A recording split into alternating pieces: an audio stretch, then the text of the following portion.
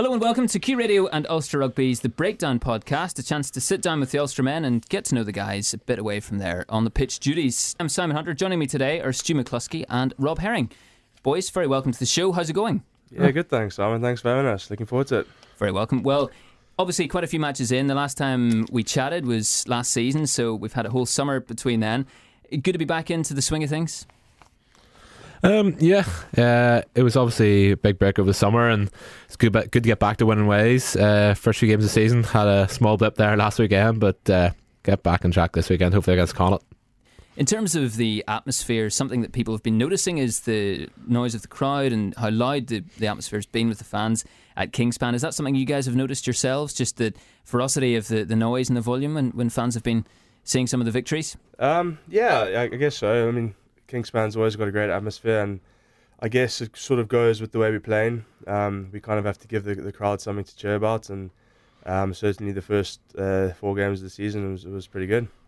Am I right in saying, Stu, that the man bun's gone? Is that right? Is that the man correct? bun has finally gone, thankfully. My hair finally grew back, so it's all good to go.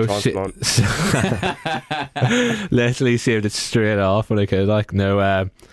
It's a lot less maintenance, so there is a lot more handy for day-to-day life. I don't know how he kept it so long. The boys are giving him so much stick for it, so fair play to him. You gotta stick by your guns. There you go. Absolutely. Man with convictions. Well, I mean, in terms of a bit of stick and the banter around the team as well, is that something that there's a lot of competition even outside of the rugby itself, obviously, in terms of maybe the music you guys listen to, and there's a bit of stick in terms of maybe fashion sense, things like that as well?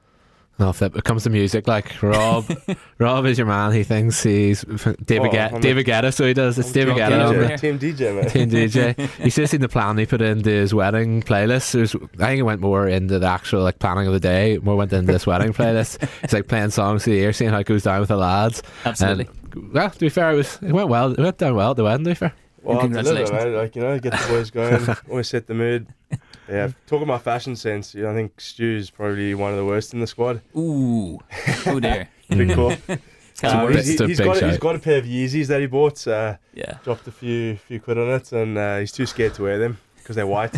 No, I wore them to a casual dinner with a few friends, and John Cooney was there, and John Cooney had maybe a couple too many sherbets and decided he was going to spend the rest of the night trying to stand on my white Yeezys. Well, he did us all a favour, mate. So I came home the next day, and there's they're basically black, so dead.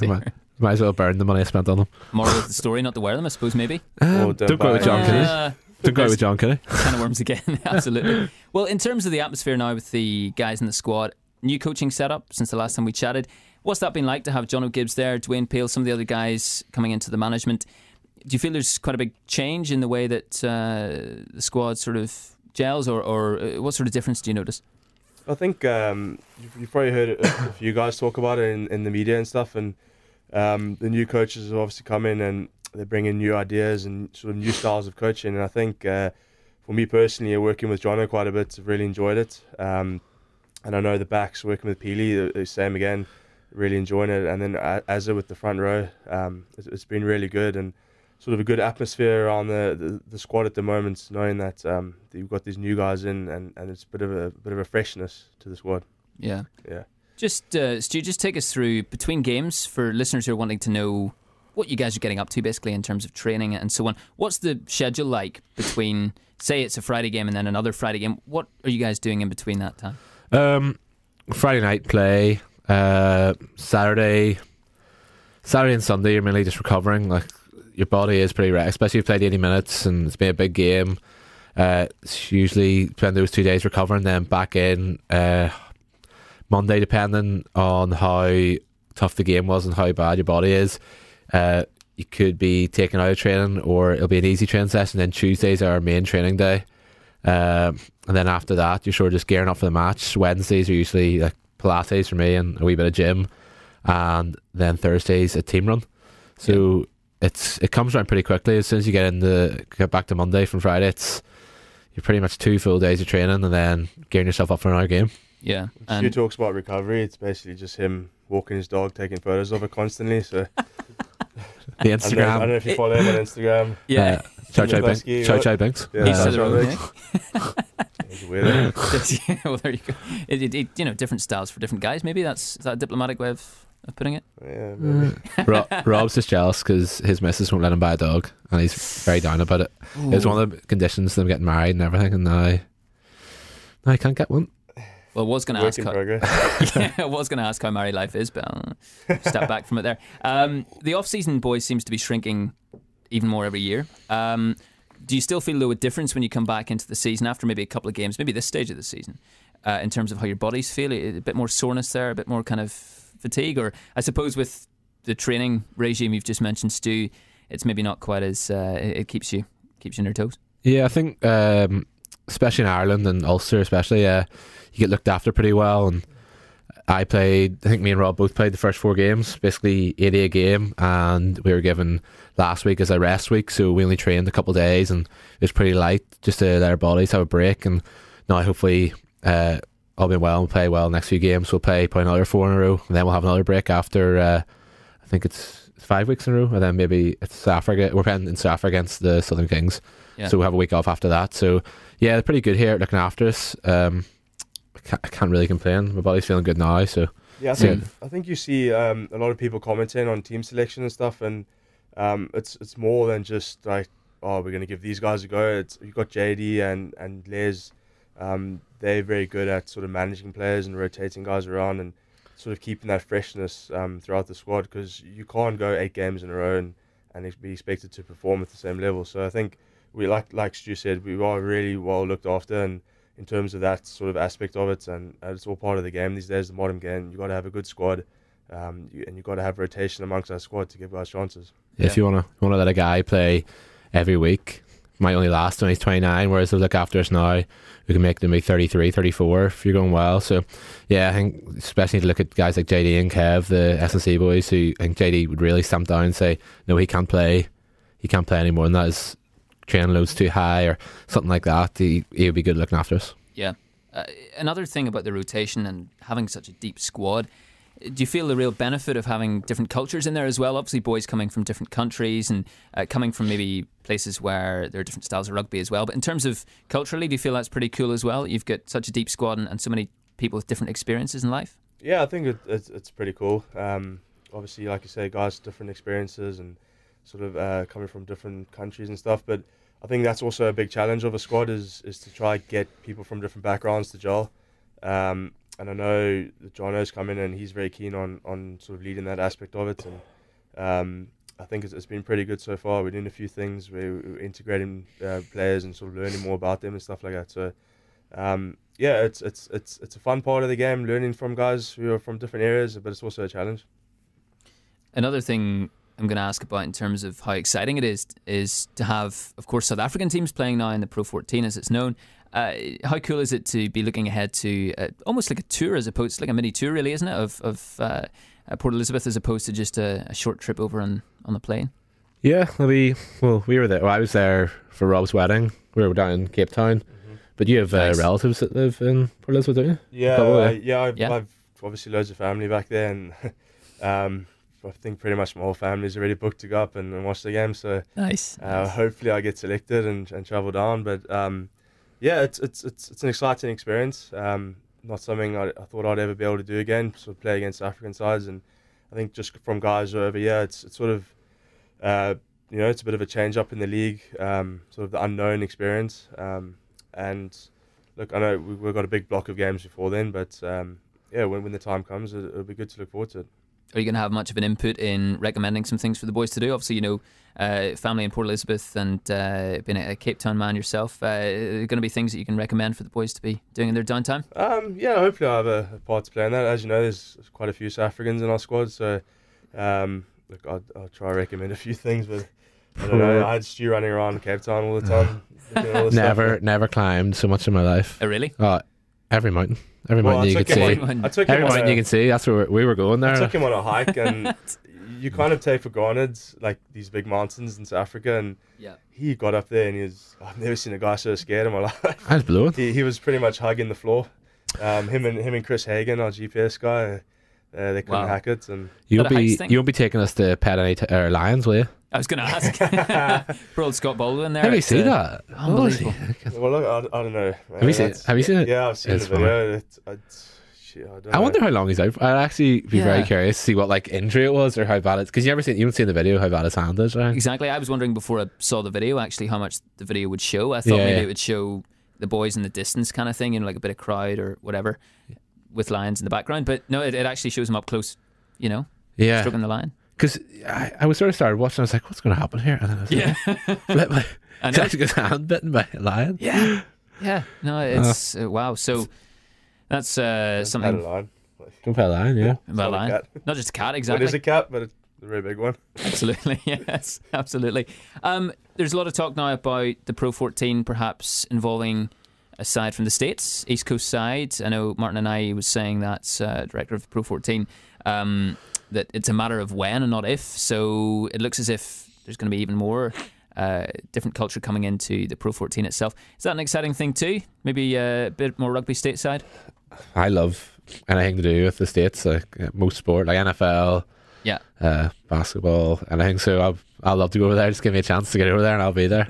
The more teams, as long as it's good quality opposition, I think the more teams the better. And Yep. hopefully they add something to the league, and they're not just there sort of to make up the numbers. I think you've seen, like this year especially, the Italians really come into their own and start really, even especially at home, doing Yep. well. And I think Cheetahs are sort of coming. Cheetahs strong are as coming well. strong. I'm Cheetahs are coming sure into it, yeah.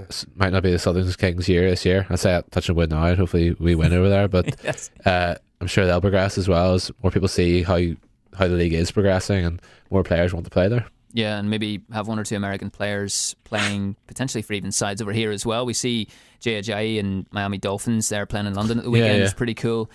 So that's another incentive for them really as well. Yeah, I think if they, especially for people playing rugby in America, if they see there is a way to play professionally in America, it'll probably be a bit more look like better for them to get Yeah. into it, if you know what I mean. It's hard for them Yeah. to think, oh, I'm going to play professional rugby when you have to travel over 5,000 miles to play over in Europe. Mhm. It's a lot easier if they're playing at home.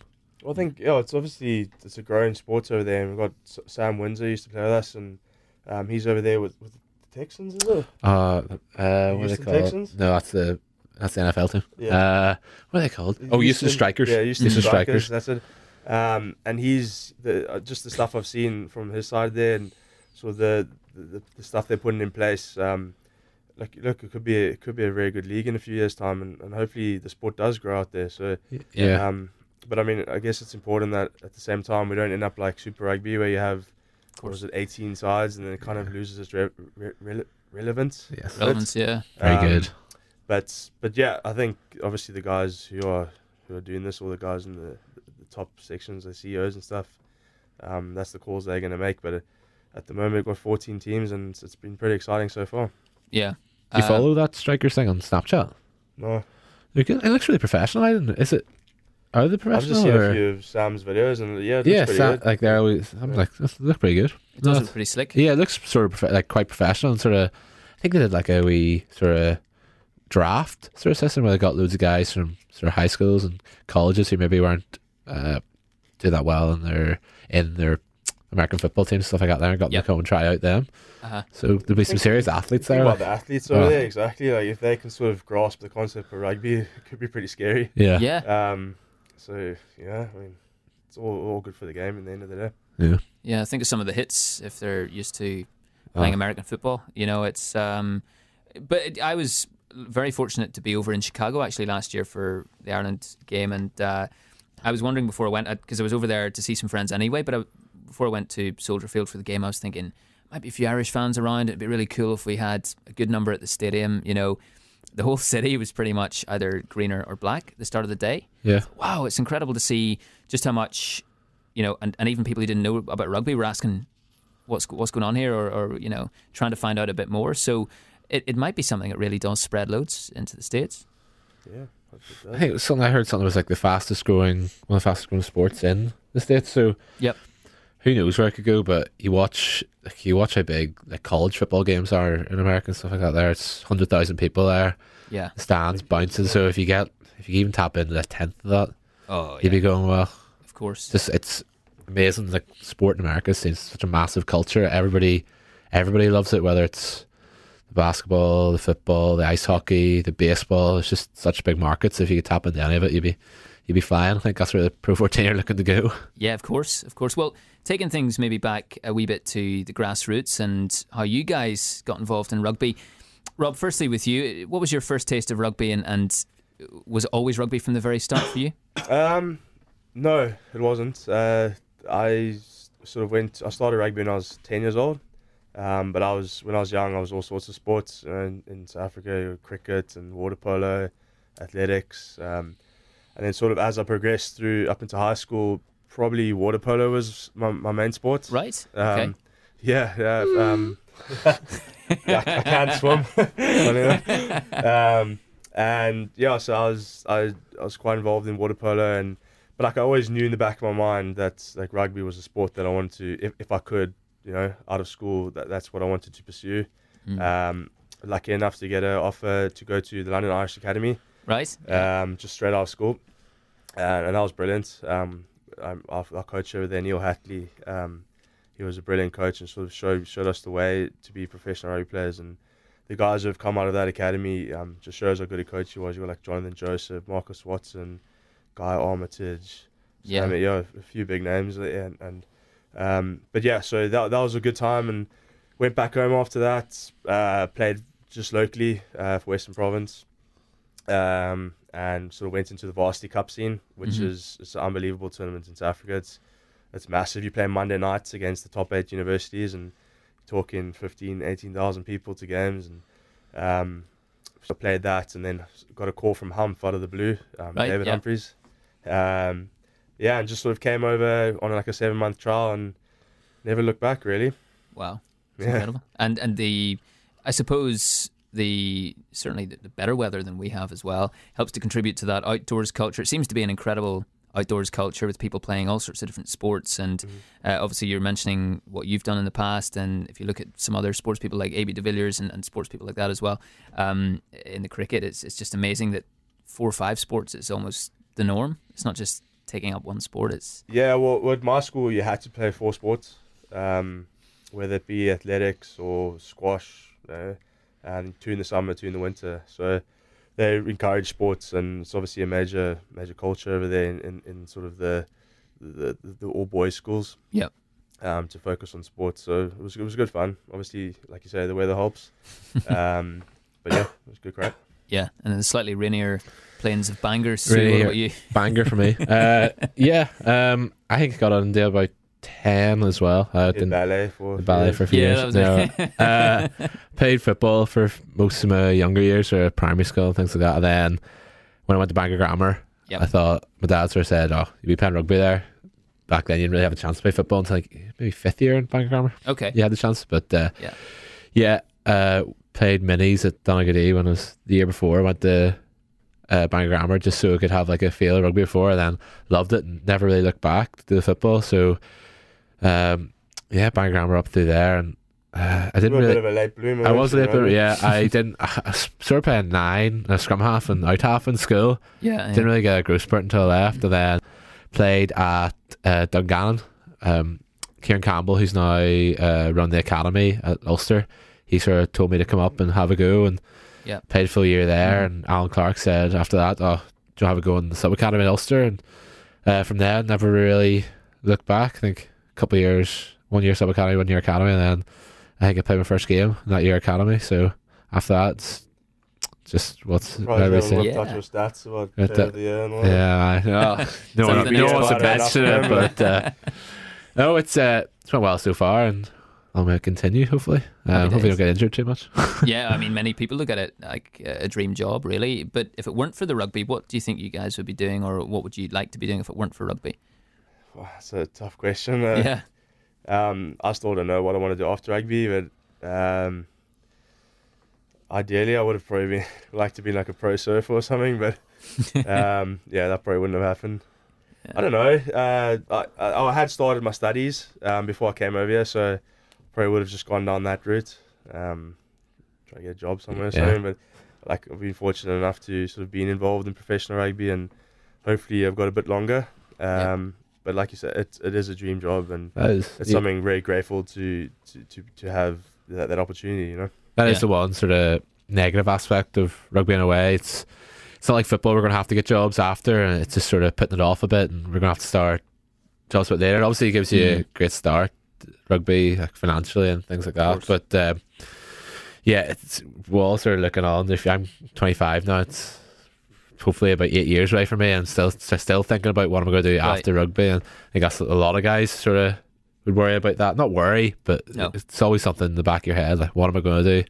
But before, I was in Queen's doing structural engineering, so I probably would have been doing something to do with that now. Right, yeah. What? Yeah. What engineering? I did structural engineering with architecture, but no one gives me credit. Just big dumb 12 who carries the ball. That's me, isn't it? Is that going in the profile in the next programme for the match against Connacht on Friday night? No, because I never finished the degree, because it was tough balancing it with the rugby. It was one of those. No, it was. No one gives me credit for it. Excuse? To be fair, engineering, you did do more hours in uni than the medical students did. So that was the excuse I gave.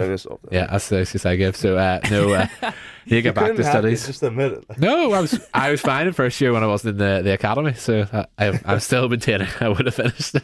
But it wouldn't be the other way around. For example, later in life when you are in something else, and you look back and go, I played rugby for Ulster and no one gave me any credit for it. Sort of thing.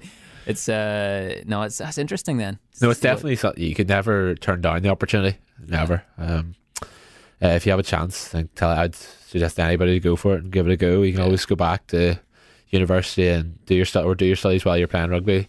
But when you look back when you're 40 and you say, you didn't really give it a good go, you'd always be sort of a bit downbeat about it. Yeah, well, the likes of Dungannon and Bangor and many rugby sides, of course, come every game time at halftime onto the pitch and play a bit of rugby. But how nice is it to see that grassroots level support for the game? The fact Ulster seems to just have an incredible family atmosphere and that experience at game time. Yeah, I think they've done well, Ulster, as well, promoting it with like the Abbey Insurance family stand, things like that, where sort of I see, like, was it 2 or 3, 4 teams there, minis teams there every week, and just gives the opportunity for mums and dads to bring their kids there and not be worried about people spilling beers over them or something like that there.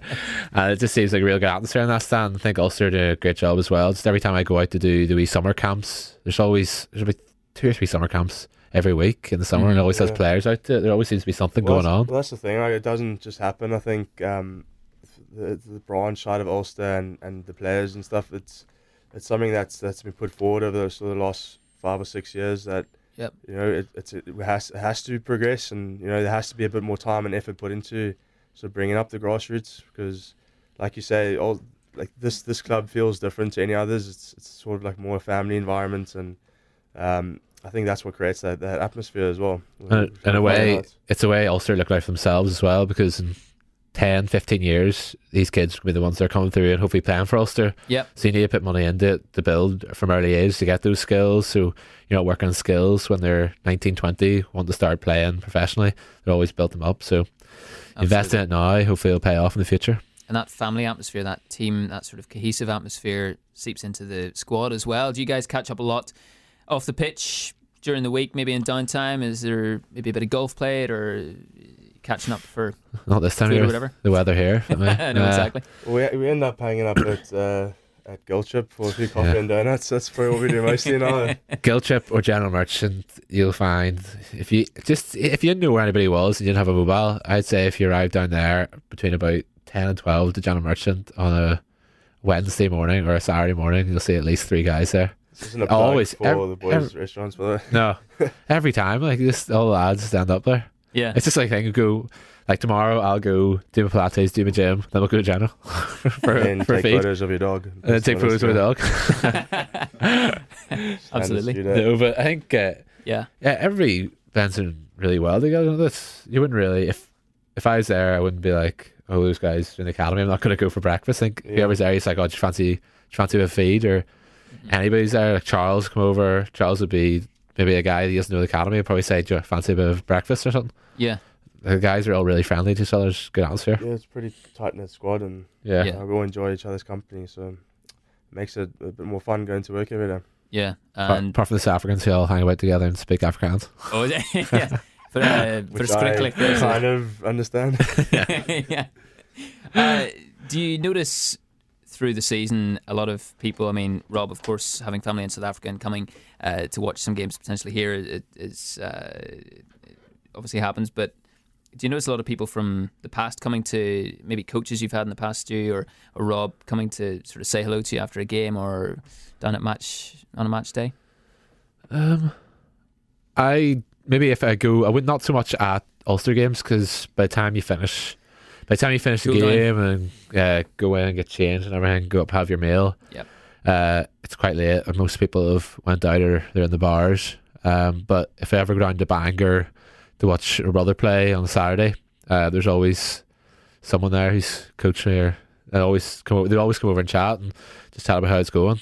Nice. Yeah, I think any club you go to around Ulster are all very friendly, and everybody just wants to chat about how the team's going, who's doing well, how the new coach is like. Yeah, that's always the questions you get asked. Yeah, and I suppose being a relatively small country probably benefits that feel of community, and there are many opportunities afforded to you guys by Ulster to go out into the community and do different bits and pieces. Do you always feel like that? Do you feel it really is the whole kind of Northern Ireland getting behind the team?